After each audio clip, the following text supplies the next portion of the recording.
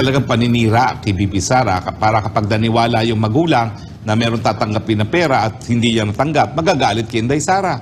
Napaka-desperado po talaga ng mga pumupukol kay Inday Sara. Pa dyan, dito sa Southeast Asia, talaga namang gusgusin ng airport natin kung ikukumpira mo sa Changi na pinakamagandang airport sa buong daigdig.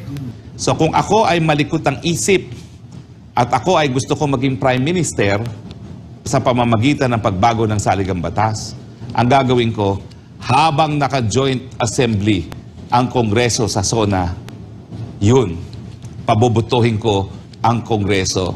All those in favor of RBH number 7, say aye, aye. All those against, say nay, nay. At siyempre, maririnig na boto ay yung boto ng 318 na kongresista.